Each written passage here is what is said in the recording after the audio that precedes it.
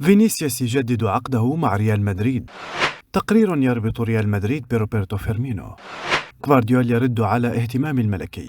ريال مدريد يريد ضم صهر كارفاخال. جلسة حاسمة بين بيريز وأنشيلوتي. تسريب مفاجأة جديدة بشأن مودريتش. كشف خسائر ريال مدريد بعد الخروج القاري. السلام عليكم وأهلا بكم في نشرة جديدة من قناة مدريد نيوز. نرجو منكم الاشتراك في القناة وتفعيل زر الجرس وتحفيزنا بعمل لايك للفيديو. ننتقل الآن من العناوين إلى تفاصيل النشرة. سيستفيد فينيسيوس جونيور مهاجم ريال مدريد بعقد جديد ضخم مع الميرنغي، حيث سيحصل على راتب أسبوعي كبير كما ذكرت صحيفة ديلي ميل. وسجل فينيسيوس إجمالي 45 هدفا بما في ذلك هدف الفوز في نهائي دوري أبطال أوروبا في العام الماضي. وينتهي عقد فينيسيوس الحالي مع ريال مدريد في 2024، لكن ريال مدريد سيتجنب اهتمام الأندية الكبرى بلاعبه الشاب بربطه بعقد جديد حتى 2027. وسيتفوق فينيسيوس براتبه الجديد على راتبي زميليه كريم بنزيما وتوني كروس، وكل منهما يحصل على حوالي 300 ألف جنيه استرليني في الأسبوع الواحد.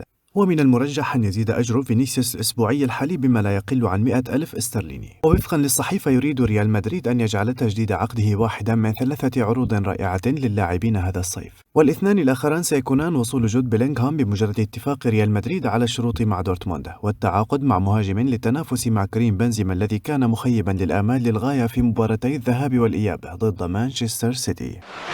كشفت تقارير صحفية أن ريال مدريد يرغب في التعاقد مع الدولي البرازيلي روبرتو فيرمينو مهاجم ليفربول خلال فترة الانتقالات الصيفية القادمة.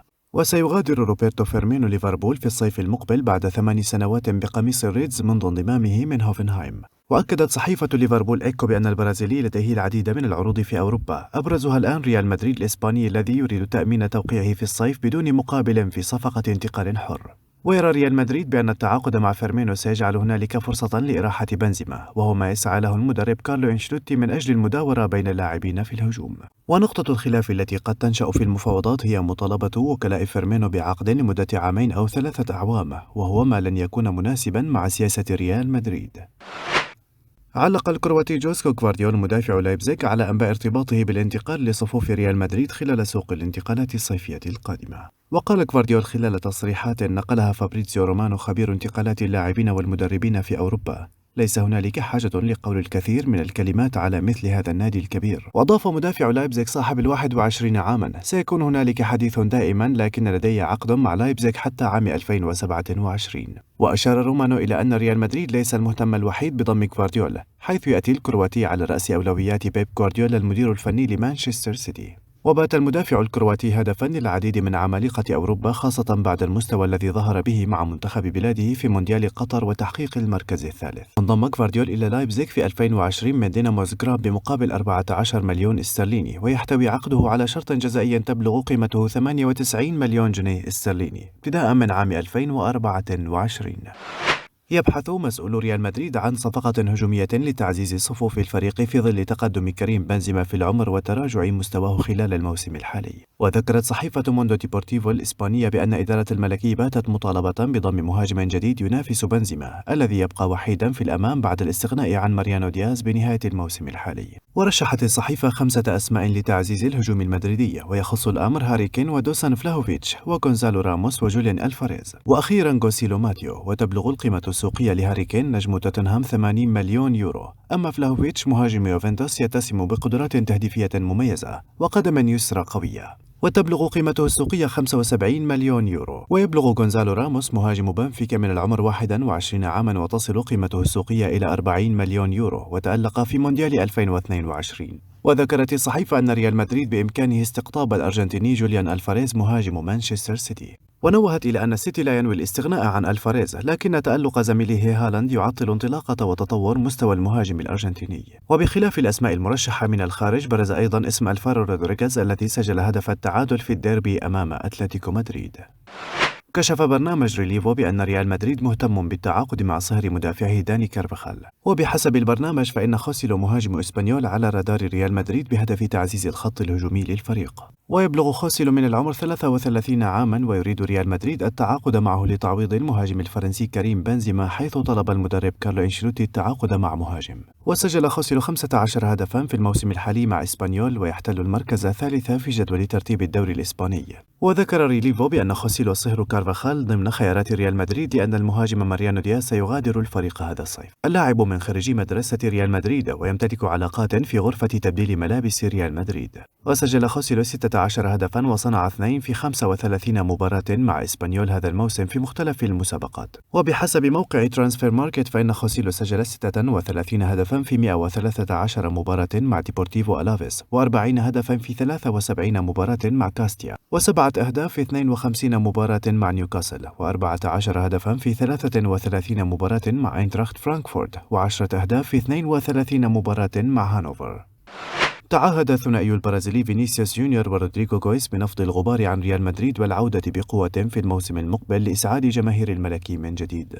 وودع ريال مدريد دوري أبطال أوروبا من نصف النهائي على يد مانشستر سيتي بعد تعادله ذهابا 1-1 قبل الخسارة القاسية خارج الديار برباعية دون رد. ونشر فينيسيوس عبر وسائل التواصل الاجتماعي: سنعود لنعطيكم البهجة، ريال مدريد يعود دوما. وقال رودريغو على حساباته بمواقع التواصل: من اعتاد على الفوز فعندما يمر بأوقات كهذه تكون صعبة عليه. وشدد: لكننا سنعود أكثر قوة عما كنا يا أنصار مدريد، بفضل دعمكم ريال مدريد لا يستسلم أبدا.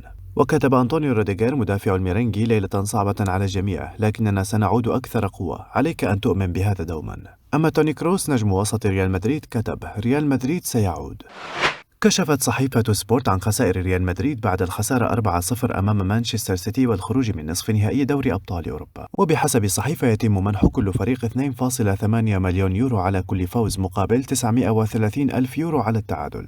وبمجرد انتهاء مرحلة المجموعات يضيف الاتحاد الأوروبي لكرة القدم لكل فريق يبلغ دور 16 مبلغا يصل إلى 9.6 مليون في ربع النهائي، و10.6 مليون يورو لكل من يصل إلى نصف النهائي، و15.5 مليون يورو لكل من يصل إلى النهائي. وبالإضافة لذلك يحصل الفريق الذي ينال لقب دوري أبطال أوروبا على 4.5 مليون يورو. ومع وضع هذه الأرقام في الاعتبار، ومع الأخذ في الاعتبار أن ريال مدريد خسر في نصف النهائي، فقد أضاف هذا الموسم ما يزيد قليلا عن 60 مليون يورو إلى خزائنه. ومع ذلك لو كان ريال مدريد نجح في الصعود للنهائي القاري لكان قد أضاف 15.5 مليون يورو و4.5 مليون يورو أخرى حال فوزه باللقب.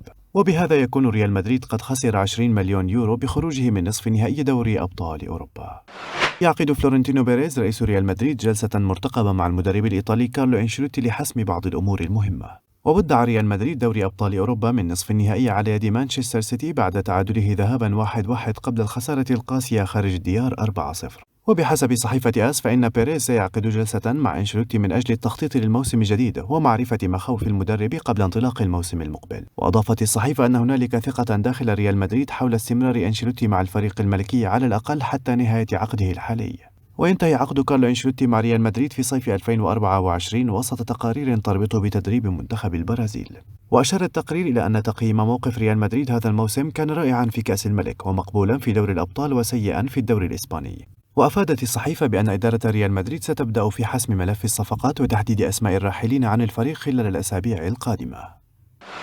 أزاح برنامج الشيرينغيتو عن مفاجأة جديدة حول إصابات لاعبي ريال مدريد خلال الخسارة أمام مانشستر سيتي في إياب نصف نهائي دوري أبطال أوروبا. وودع ريال مدريد دوري أبطال أوروبا من نصف النهائي على يد مانشستر سيتي بعد تعادله ذهابا 1-1 قبل خسارة قاسية خارج الديار 4-0. وبحسب برنامج الشيرينغيتو فإن لوكا مودريتش نجم الميرينجي لعب مصابا ضد مانشستر سيتي نظرا لعدم تعافيه الكامل. ونوه البرنامج إلى أن مودريتش خاض مباراة الأربعاء بعد حصوله على مجموعة حقن مسكنة. وأكد لوكا مودريتش في تصريحاته قبل المباراة أنه تعافى وجاهز بشكل نهائي لمواجهة المان سيتي. وكانت بعض التقارير قد كشفت أمس الخميس أن تيبو كورتوا حارس مرمى الملكي خاض المباراة وهو مصاب في ذراعه. وتعرض لوكا مودريتش لإصابة قوية في أوتار الركبة اليسرى خلال مواجهة جيرونا التي انتهت بفوز الأخير 4-2 في الليغا. عزيزي متابع قناة مدريد نيوز، هل تؤيد التعاقد مع فيرمينو وغوارديولا؟ شاركنا برأيك في خانة التعليقات.